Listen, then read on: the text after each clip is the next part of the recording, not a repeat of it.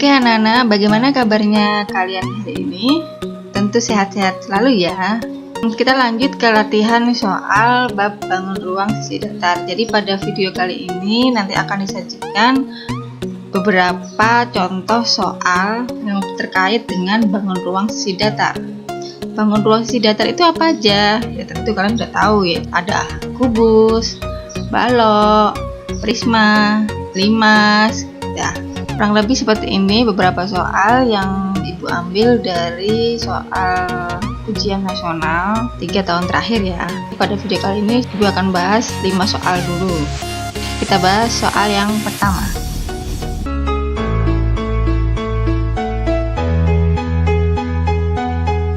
Perhatikan gambar bangun kubus berikut. Di sini ada gambar kubus A, B, C, D, E, F, G, H.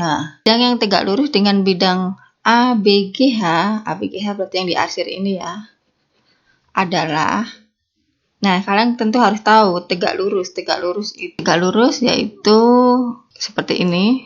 Nah ini adalah salah satu contoh garis yang tegak lurus. Jadi tegak lurus itu seperti ini, sedangkan ini yang diminta adalah bidang itu berarti adalah bidang tegak lurus. Jadi ini anggap ini misalnya bidang ABGH berarti yang tegak lurus dengannya seperti yang di bawah seperti ini. Ini juga sama. Kalau misalnya katakan ini berdiri, berarti yang tegak lurus seperti apa? Nggak mungkin kan yang ini kan nggak tegak lurus dia. Yang ke sini juga nggak mungkin. Berarti yang tegak lurus berarti adalah yang menyilang juga. Menyilang juga ini pasti dia tegak lurus. Sekarang coba saya gambarkan ya. Di ini E ke D. Jadi di sini ABGH akan tegak lurus dengan bidang DC, FE atau CD, EF. Kalau kita arsir yang warna merah, nah ini biar kelihatan bedanya. Jadi di sini kelihatan bahwa bidang yang tegak lurus dengan ABGH adalah bidang CDEF, yaitu adalah yang D. Oke, paham ya sampai sini ya nomor 1. Oke, sekarang kita lanjut ke soal yang nomor 2. Perhatikan gambar di samping. Ada sebuah balok yang tersusun dari kubus-kubus satuan dan dicat seluruh permukaannya. Jadi sini, ini di belakang juga ada ya, belakang sama samping, bawah juga. Itu seluruh permukaannya, berarti yang di luarnya sini akan dicat, ditutupi oleh cat. Yang pertanyaannya, banyaknya kubus satuan yang terkena cat hanya pada 2 sisi saja. Ingat, pada 2 sisi saja. Jadi kalau kita misalnya lihat ya, yang paling pojok sini, ini kan satu kubus ya, satu kubus kecil. Kita besarkan aja. Ini satu kubus kecil. Kalau misalnya kalian cat, ada berapa sisi di sini? 3 kan? 1, 2, 3. 3 ini. 1, 2, 3. Terus yang bawah juga sama, 3 juga kan? 1, 2, 3. Ini juga 1, 2, 3. Yang ujung sini 1, 2, 3, ini juga 1, 2, 3, 1, 2, 3. Udah paham? Itu yang 3 sisi. Pertanyaannya adalah yang hanya 2 sisi saja. Hanya 2 sisi saja yang terkena cat. Nah, dilihat dari sini kan gampang saja ya. Yang hanya terkena 2 sisi cat berarti yang ada di bagian tengah. Jadi hanya ini saja. Yang hanya terkena 2 sisinya. Kalau tadi kan 3 sisi ya, 3 sisi yang ini tadi. Nah, sekarang 2 sisi. 2 sisi yang mana? Ya, pasti yang sebelahnya sini. Ini 2 sisi ya kan, sisi depan sama atas, depan sama atas. Yang sebelah sini juga sama, depan sama bawah, depan sama bawah, ini juga sama. Ini. Nah kalau yang di tengah ini bagaimana? Yang di tengah ini hanya satu sisi, ya kan? Hanya yang paling depan doang, yang atas samping belakangnya juga nggak kena, karena dia hanya satu sisi saja. Yang ditanya kan 2 sisi. Berarti yang ini ya bisa kita lihat di sini, berarti kita tandain ya. Ini tadi 1, 2, terus sebelah sini 3, terus sebelah sini 4, 5, yang paling depan sini 6, 7. Ini kan satu kubus ya, satu kubus ini. Ini dianggap satu kubus, berarti sini adalah 6 kubus, 6, 7 ya tadi. 1, 2, 3, 4, 5, 6, 7. Sebelah sini juga sama. 5, 6, 7, 8, 9. Nah, yang atas ini 10, ini juga sama, 12, ini 13, 14, 15, 16. Oke, udah selesai sampai sini? Belum, coba kita hitung lagi ya. Yang paling depan sini ada 1, 2, 3, 4, 5, 6, 7, 8. Oke. Nah, ini yang depan. Apakah sisi depan dengan sisi belakang ini yang nggak kelihatan ini sama? Ya sama. Jadi kalau di depan ini ada 8 sisi yang terkena cat, 1, 2, 3, 4, 5, 6, 7, 8, otomatis yang di belakang sini juga ada 8 nih. Oke, jadi bisa ditulis 8 ditambah 8. Nih, untuk sisi 8 sisi depan dan 8 ini sisi yang belakang. Nah, sekarang lihat sisi yang sebelah kanan. Sebelah kanan yang ini sudah terhitung ya. Jadi yang belum terhitung adalah yang sebelah sini. 1, 2. Otomatis yang sebelah kiri juga sama. Sini ada 1 dan 2 di belakang sini. Jadi 2 sini, 2 sisi kanan dan 2 sisi kiri. Kita tulis. Nah, sudah kanan dan kiri sudah. Sekarang yang atas bawah nih. Yang atas bawah sudah terhitung belum? 1, 2, 3, 4, 5, 6. Nah, ini sudah terhitung semua. Kenapa? Yang sebelah sini juga ikut bagian depan. Sebelah sini ikut bagian belakang. Yang ini juga sama, sebelah sini ikut bagian kanan, yang ini ikut bagian kiri. Jadi sudah terhitung ya. Jadi yang bisa dihitung adalah 8 sisi depan, 8 sisi belakang, 2 kubus sisi kanan, dan 2 kubus sisi kiri. Atas dan bawah sudah terhitung tadi. Jadi 8 tambah 8 tambah 2 tambah 2 sama dengan 20. Oke, jadi dapat banyaknya kubus satuan yang terkena pada 2 sisinya saja adalah 20. Oke, paham ya sampai sini ya? Lanjut ke soal yang ketiga. Suatu prisma memiliki 24 rusuk dan 10 sisi. Bentuk alas prisma tersebut adalah yang ditanya hanya alas prismanya saja. Kalian tentu harus tahu prisma itu seperti apa. Prisma itu adalah suatu bangun ruang sisi datar yang memiliki atas atau tutup dan alas. Ada bawah dan ada atasnya. Lebih mudahnya kita lihat soal yang keempat ya. Sini kalian bisa lihat soal yang keempat. Soal yang keempat di sini ada kubus. Di sini prisma segi 3. Kita lihat yang bagian kubus. Kubus ini bisa dikatakan prisma segi 4 karena alasnya berbentuk segi 4. Jadi dia mempunyai alas dan atap yang sama. Segitiga juga sama, prisma segitiga. Jadi alasnya segitiga, atapnya juga segitiga. Ini dinamakan prisma segitiga. Yang ini adalah prisma segi 4 atau spesifiknya adalah kubus. Kita lihat dulu yang kubus. Kubus itu alasnya segi 4 ya. Sisinya ada berapa jumlah sisinya? Jumlah sisinya adalah atas, bawah, 2, kanan, kiri, depan, belakang. Jadi ada 6. Jadi kubus memiliki 6 sisi karena dia alasnya berbentuk segi 4. Ingat-ingat ya, alasnya segi 4 pasti dia mempunyai 6 sisi. Oke. Sekarang kalau prisma segitiga, jumlah sisinya ada berapa? Jumlah sisinya adalah atas bawah 2, kemudian belakang 1, kanan kiri ini juga 2. Jadi 1, 2, belakang 3, kanan kiri 4, 5. Jadi jumlahnya ada 5. Prisma segitiga sisinya ada 5. Alasnya berbentuk segitiga. Nah, logikanya di mana? Logikanya dari sini. Jadi kalau jumlah sisinya di sini ada 6 alasnya, kalau bingung ditulis saja. Bisa kalian lihat ya, jika sisinya jumlahnya ada 6, alasnya berbentuk segi 4. Kalau sisinya ada 5, alasnya berbentuk segi 3. Ini berlaku hanya untuk prisma saja ya. Di sini kesamaannya mana? Jadi kalau sisinya 6, alasnya segi 4. Sisinya 5, alasnya segi 3. Berarti jumlah sisi dikurangi 2, ya kan? Sama-sama dikurangi 2 nih.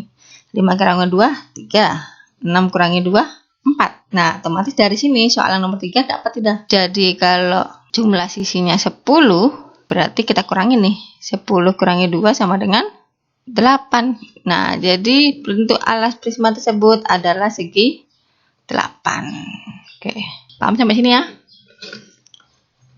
Nah, lanjut ke jumlah rusuknya. Jumlah rusuknya di sini ada 24 ya. Kalau bisa digambarkan di sini berarti alasnya segi 8. Di sini sudah ada gambar prisma segi 8. Nah, kita akan membuktikan Apakah benar jawaban tadi prisma segi 8 ini memiliki 24 rusuk? Ya kan, di sini ada 8 sisi ya. 1, 2, 3, 4, 5, 6, 7, 8. 8 rusuk maksudnya. Yang atas 8 rusuk. Yang di bawah juga 8 rusuk nih. Nah, yang berdiri atau tingginya ini ada berapa juga? 8 juga kan? Jadi 8-nya ada berapa? Ada 3. Jadi bisa ditulis 8 dikali 3 sama dengan 24. Oke, terbukti ya bahwa prisma segi 8 memiliki sisinya 10. Bisa dihitung kan? Atasnya 1, 2, bawahnya yang berdiri 8. Jadi 8 tambah 2 jadi 10 sisi. Dan rusuknya juga ada 8 rusuk dikali 3. Ada 3 berdiri yang atas sama yang bawah. Jadi 8 kali 3 sama dengan 24. Jadi benar bahwa prisma segi 8 memiliki 24 rusuk dan 10 sisi. Oke, paham sampai sini ya? Oke, lanjut soal yang kelima. Perhatikan gambar balok berikut. Di sini ada balok A, B, C, D, E, F, G, H. Di sini ada G ya. Panjangnya 24, lebarnya 8, ya, 8, dan tingginya adalah 6. Yang ditanya adalah panjang diagonal ruang FD. Oke, sekarang kita gambar dulu diagonal ruangnya FD. Nah, kita tarik garis. Misalnya ini dikasih garis bantuan ke BD. Ini adalah diagonal sisi ya. Jadi BD adalah diagonal sisi dan FD adalah diagonal ruang. Apa bedanya? Diagonal sisi berarti diagonal yang berada di sisi balok. Kalau diagonal ruang berada di dalamnya, di dalam ruang. Jadi kayak FD, GA, HB, dan EC. Oke, sekarang kalau ini kita lepas ya gambar BDF-nya. Pasti siku-siku di sini. Oke, di sini siku-sikunya kita tulis di sini adalah B, di sini D, dan di sini F.